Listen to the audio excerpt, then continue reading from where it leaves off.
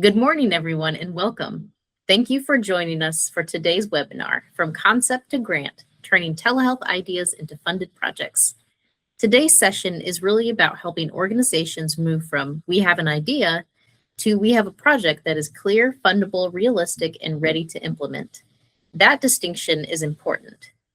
A lot of organizations are interested in telehealth. They may want to expand access, serve rural patients, support chronic disease management, strengthen behavioral health access, or reduce barriers like transportation and provider shortages.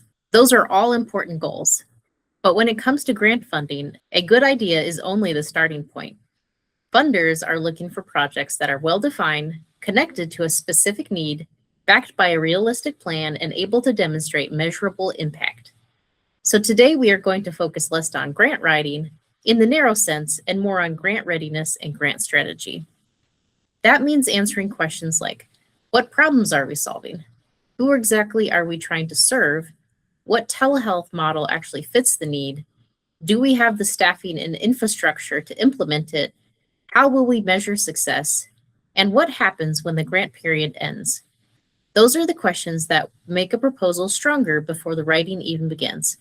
Our goal is for you to leave today with a clear sense of how to make a telehealth concept and turn it into something funders can understand, evaluate, and invest in. I'm Brittany Canales. I'm the Evaluation and Data Manager with Pulse Telehealth Resource Center. My name is Abigail Sage. I am Communications and Outreach Coordinator with Pulse Telehealth Resource Center. And we also have Dr. Melissa Stickle from Works of Heart Consulting. Dr. Melissa Stickle is a nonprofit strategist, grant writer, and public policy professional with extensive experience helping organizations move from big ideas to fundable, implementation-ready projects. She specializes in grant readiness, program design, strategic planning, compliance, and organizational capacity building. Through her consulting work, Dr. Stickle supports nonprofits, public agencies, and mission-driven organizations in developing clear project concepts, strengthening funding strategies, and translating community needs into compelling grant proposals. Here we have From Concept to Grant, Turning Telehealth Ideas into Funded Projects. Yay! So that's my cue. Well, welcome. What we're going to talk about today is a big question, and that is what makes a telehealth idea fundable. So a funder is not simply asking, is telehealth useful? That's not what they want to know, because at this point, most funders understand that telehealth can improve access and support care delivery. Really, the better question is this specific telehealth project necessary? Is it timely, practical, measurable, and sustainable? And that is especially true right now. Telehealth is no longer being viewed as just an emergency response or a temporary workaround. During the pandemic, many organizations had to move quickly just to keep services available. But we are now in a different phase. So funders are looking for telehealth projects that are thoughtfully designed and integrated into real care delivery. They want to see that organizations have moved beyond, oh, we want to just do more telehealth, and can really explain what will happen, who will benefit, and why this project matters. So I would encourage organizations to think about fundability in 5 parts. First, the proposal needs a clear problem or need. Access is a good starting point, but it's not specific enough on its own. Access to what? For whom? Where? Why is the current system not working? For example, the problem might be that rural patients are waiting months for specialty care. It might be that behavioral health follow-up is delayed after discharge. It might be that patients with diabetes or hypertension are not being closely monitored consistently between office visits. It might be that transportation barriers are causing missed appointments. The more specific the problem, the easier it is for a funder to understand exactly why this project is needed. Second, the proposal needs a clearly defined target population. Funders want to know, who will it benefit? Is this project focused on older adults, pediatric patients, rural residents, patients with chronic disease, behavioral health clients, uninsured, underinsured? Is it for a particular county, a particular clinic, a school district, a service area? You got to get real specific here. A common mistake is trying to make this project sound really big by saying that it's going to serve everyone. Usually that actually just makes the project weaker. A focused population makes the project easier to design, easier to budget, and easier to measure. Third, the telehealth solution needs to be very specific. So this is where organizations need to avoid using telehealth as just the catch-all word. Are we talking about video visits, remote patient monitoring, telebehavioral health, teleemergency support, school-based telehealth, specialty consults, patient education, care coordination, hybrid model? It goes on, right? The proposal really should not just describe the technology being used, but really how is this technology going to be actually used in the real world?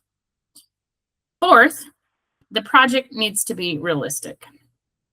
Funders are really looking for signs that the organization can actually implement what they're proposing. We all have really good ideas. It sounds really good, but can we actually do that? Do we have the staff, the workflow, the training, the patient engagement? Do we have technology support? Can we be compliant with our documentation? Data collection matters. A project can have a really, really great concept and still not be ready for funding if all of those operational details are really vague. And fifth, the project needs a credible sustainability plan. Sustainability is like the worst word in grant writing, but it's essential. This is one of the biggest issues in telehealth funding right now. Funders are going to ask, so what happens after the grant ends? Will the service be reimbursable? Can it be built into normal clinic operations? Will there be a partnership model? Will the organization continue to fund staff time? Will the project generate data that supports some future investment? Sustainability does not mean you have to have every dollar solved forever, but it does mean that you have to have a realistic path forward. So the key advice here is this. Before you go chasing a funding opportunity, you got to pressure test the idea. Ask yourself, if the funder gives us money tomorrow, which is a good thing, right? Can we actually launch this? Can we manage it? Can we measure it? And can we continue it? If the answer to those are yes, then you're moving towards a fundable project. If your answer is not yet, it's not a failure. You just need that to guide. You need those questions to guide you like a readiness checklist. All right, so now that we've talked about like how funders judge whether an idea is fundable, we're going to talk a little bit of like how do you actually build your project. So this is a little bit of project design. It's the work that really needs to happen before you even write the grant narrative. So again, first step is identify the problem. You need to be specific, operational, and you need to go and move away from like this broad concern about access to something like a very defined care delivery gap. So for example, instead of saying, oh, our patients need better access to the doctors, you might say our patients in our specific rural service area are waiting 6 to 8 weeks to get their behavioral health appointments, and missed appointments are increasing because of transportation barriers. You've identified a very specific problem, and that gives you a much stronger foundation. This is also where data is going to become very useful. I know sometimes I say the word data and they get the glossy-eyed look. You do not need a massive research study to make the case. Internal data can actually be very powerful. You can look at your no-show rates, your referral wait times, appointment completion, your zip codes of your patients, how far they have to travel. You might be able to capture emergency department utilization, any chronic disease indicators that you have from their files, provider availability, or even just patient satisfaction data survey. The second step after you have identified your strong need is to define that population. And remember, this is where you're going to get really clear about who you are serving in this project. How many patients do you expect to reach? Where do these patients live? What barriers are they facing? How will they be identified? How will they be referred into the program? Are there eligibility criteria? Are there language, technology, privacy, or digital literacy issues to consider? This matters because the population is going to drive the design of your project. A remote patient monitoring project for older adults with chronic disease will need a different workflow than a school-based telehealth project for children or a telebehavioral health project for adults in rural communities. You're going to approach those all differently. The third step is to select your telehealth solution. So again, this is where I'm going to give one very strong piece of advice. Do not start with the shiny object. Do not start with, ooh, I want to buy these things. Like, ooh, piece of candy. We want a telehealth cart, or we want a platform. Don't start there. You need to start with the workflow. You need to ask, what needs to happen for this patient that I've identified to receive better care? If the project is remote patient monitoring, who's reviewing that data? What happens when readings are outside the normal range? How are patients trained? Who follows up with them? If the project is video visits, how are appointments scheduled? How do patients connect with it? What happens if they don't have broadband or a device to schedule on? If the project is school-based telehealth, who's coordinating with the school? How is consent handled? Where does this visit take place? How are families included?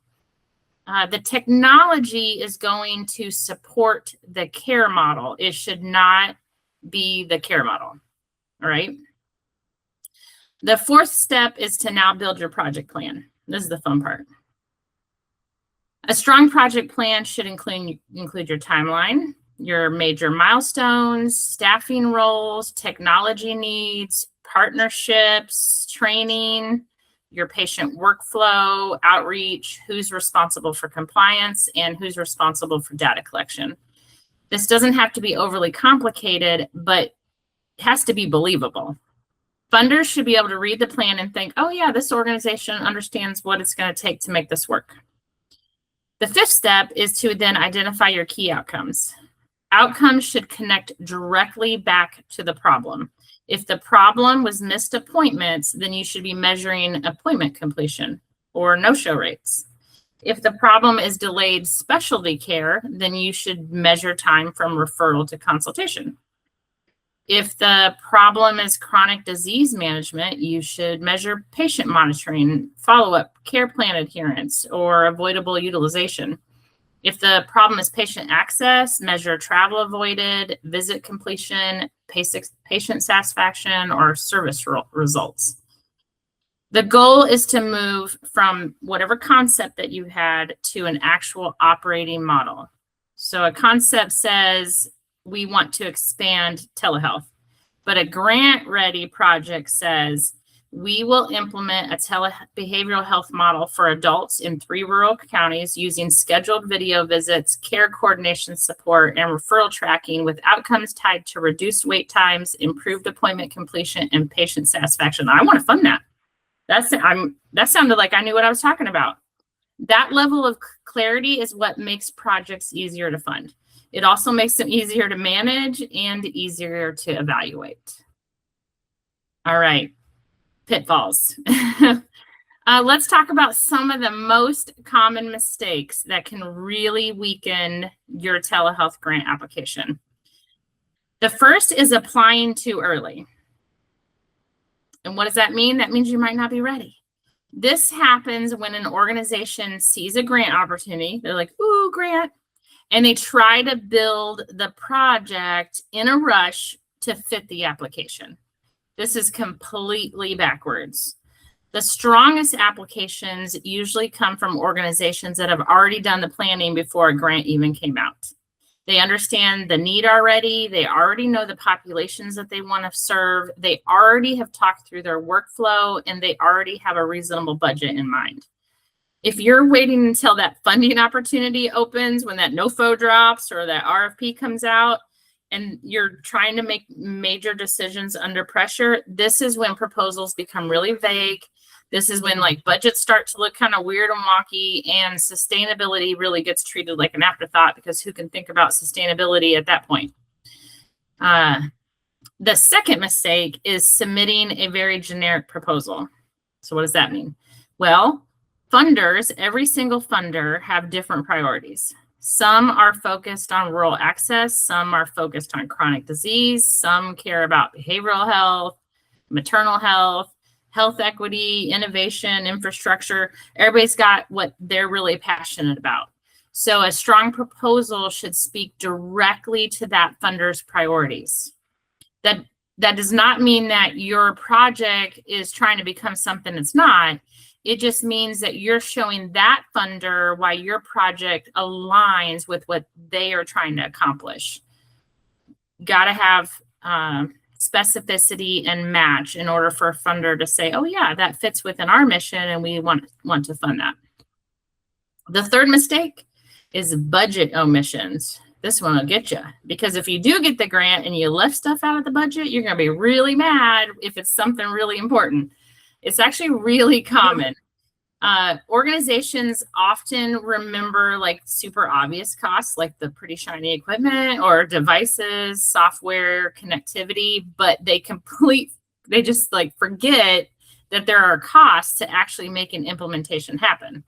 So not just staff time, but project coordination, patient outreach, training, evaluation, IT support, reporting, administrative support, ongoing maintenance. Some of those they just completely forget about it. A budget should tell the same story as your narrative. If the narrative says that staff are going to provide patient onboarding, training, monitoring, and follow-up, then the budget definitely should have the staff time needed to do that. They got to match. The fourth mistake is that sustainability gap. That's my least favorite section of a grant. Funders do not want to invest in a project that disappears the moment the grant period ends. They just don't. It's also hard to answer the question, how are you? I need the grant. That's how it's sustainable. Give me more money. But you really need to think early about how the project can continue if you don't continue to receive funding. So maybe this is billing, reimbursement, integrating the work into existing staff roles, maybe some partnerships. Maybe the organization needs to make an investment. You might be able to capture some additional state or federal funding, perhaps value-based care arrangements, or future philanthropy efforts. But you got to have a plan for it.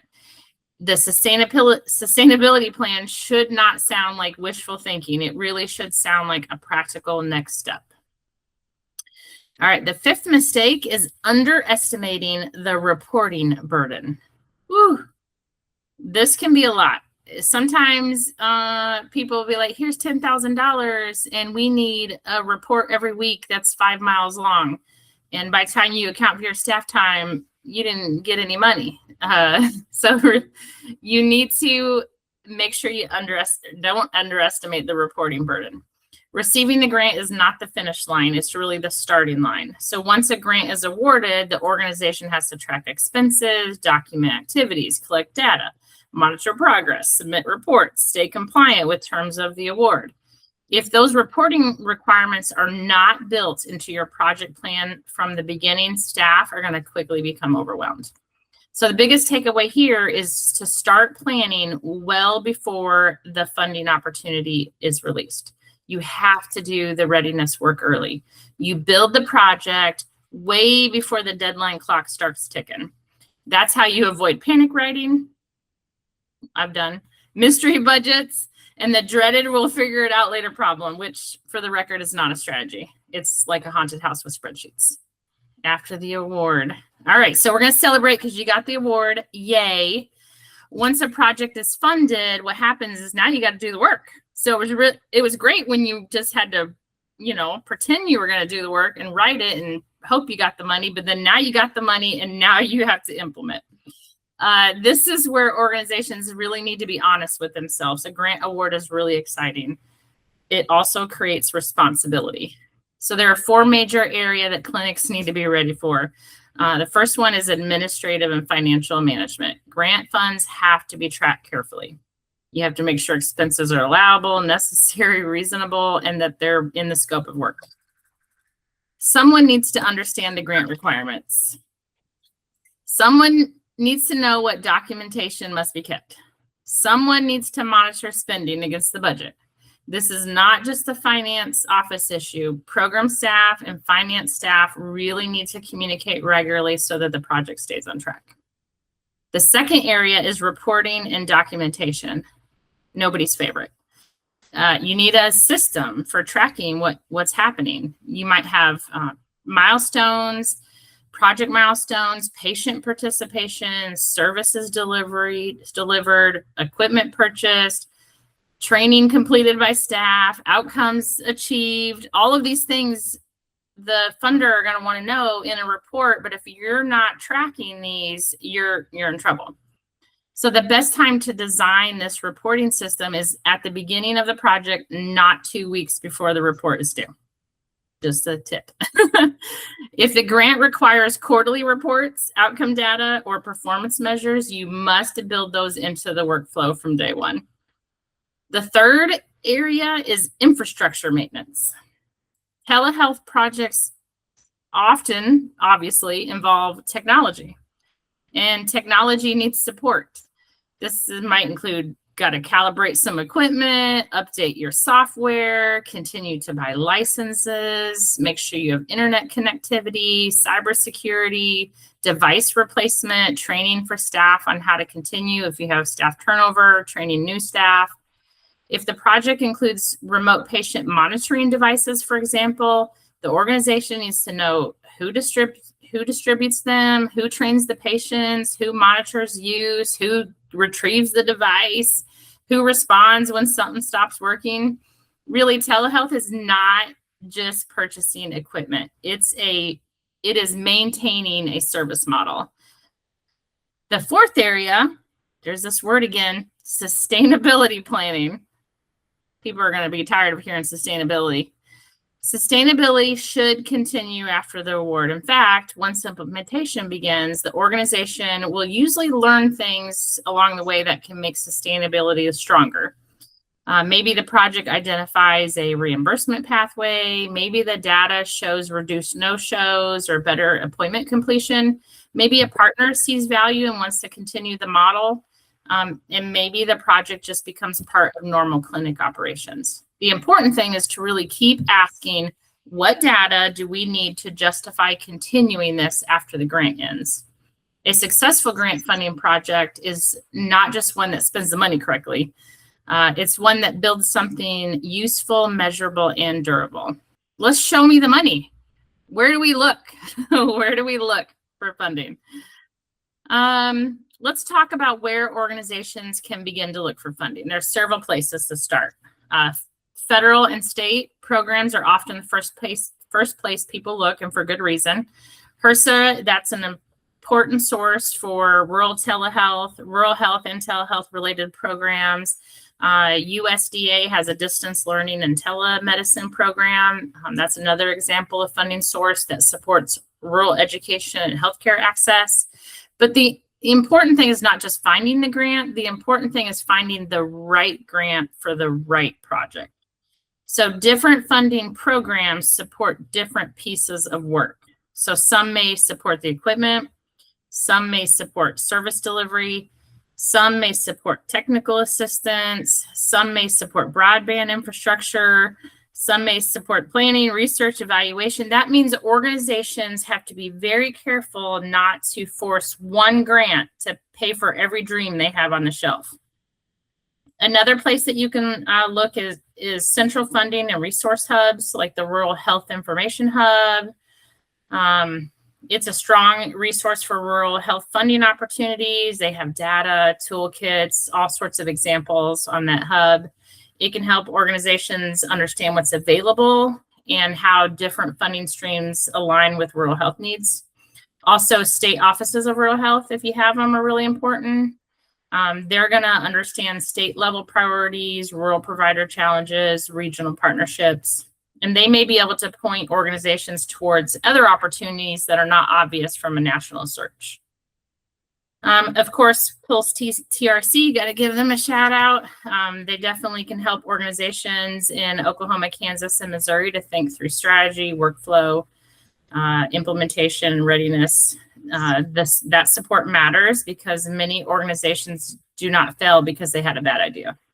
They really struggle because the idea wasn't really shaped into a fundable project.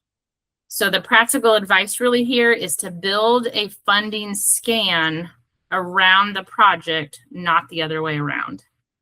So you start with the need, you build the project, and then you look for the funding source that fits. That approach is what's really going to produce a stronger application and also better implementation. All right, as we wrap up, I'm going to leave you with 3 practical steps. All right, first, focus your strategy. Pick one core telehealth initiative to develop. I know it's super tempting to put it all the ideas into one proposal. We want to do video visits and remote monitoring and behavioral health and specialty care, new equipment and new staff and new software and outreach, right? One giant telehealth casserole. But funders really respond better to focused projects. Choose the initiative that has the clearest need, the strongest alignment with your organization's mission, and the most realistic path to implementation. Second, conduct a gaps analysis. Before you even apply, you should be asking these questions. Do we have the data? However we get it, don't have to do a research project, but do we have the data somewhere to prove that there's a need? And the need that we're trying to say is the need. Do we know exactly who we will serve? Do we understand the workflow? Do we have the right partners in the room? Do we know what technology is needed? This is a huge one. Do we have the staff capacity to do this? Do we know how we're going to track outcomes? Do we understand the budget? Do we have a sustainability plan? I knew I was going to say sustainability one more time. The gaps analysis should become your action list. Third, seek expert support when needed. It's okay to ask for help, except for when I go to Lowe's or wherever I go. Maybe I'm not supposed to say Lowe's on here because they didn't sponsor this. I hate asking for help, but you really should seek expert help when needed. Telehealth projects touch a lot of moving parts: care delivery, technology, compliance, reimbursement, staffing, data, patient engagement, evaluations. You should not have to figure all that out alone. PulseTRC can help organizations move from idea to planning, from planning to implementation, and from implementation to stronger long-term sustainability. I'm saying that they're the experts in the room, so you go ask them. The biggest message today is that grant preparation begins well before that application window opens. So if you just saw an application came out today and you just now are thinking about it, you're behind the curve. Do not wait until the grant is released to start building your case. You'll not get funded. Start now. Define the problem. Know your population, choose the right telehealth model, build your workflow, create your budget, identify outcomes, think through sustainability. That's how you move from concept to grant-ready project. So we have some pre-submitted questions from our audience, and I'll read off a few now that I don't think got answered in the presentation. Okay. First question, are we more competitive for federal, state, foundation, or corporate grants? Well, really, it depends on a lot of things. It depends on your organization type, your capacity level. Obviously, federal grants are going to be much larger, which means they are way more competitive. And that also means that they're going to require a stronger demonstration of compliance ability, financial tracking, the ability to report. You have to have you have to be able to demonstrate really strong systems for federal grants. State grants can definitely be more accessible if your project aligns with whatever state health priorities are going on. So if your state has some health priorities that they've listed or some rural health transformation efforts that they've put out and your project aligns with them, then they might be, you might be more, you might be competitive in that field. Foundation grants are a really good fit for what I would consider pilot projects. or planning, community access issues, equity. They like those things. Also, foundations like the word innovation, even though I'm like, is there really anything innovative nowadays? But corporate grants are they're usually small. And they're going to want to see some tie to community benefit, some benefit to them, also visibility, sponsorship. Really the smartest path, I would say, for most organizations is to start smaller and then go big. So starts with smaller foundations, maybe state, maybe a regional grant, and then build those systems that they need to compete for larger federal awards because they're very, very competitive. Question 2, do we need nonprofit status or can we pursue grants as a for-profit clinic? Well, again, that depends. That's the answer of the day. It really depends on the funding source. So the funder is going to determine who they want to fund. Most foundation grants are going to want to see a 501c3 or like a school, or if you can get a fiscal sponsor. So if you aren't a 501c3 and you have a good partnership with a 501c3 in your community, then they could be the fiscal sponsor. Actually,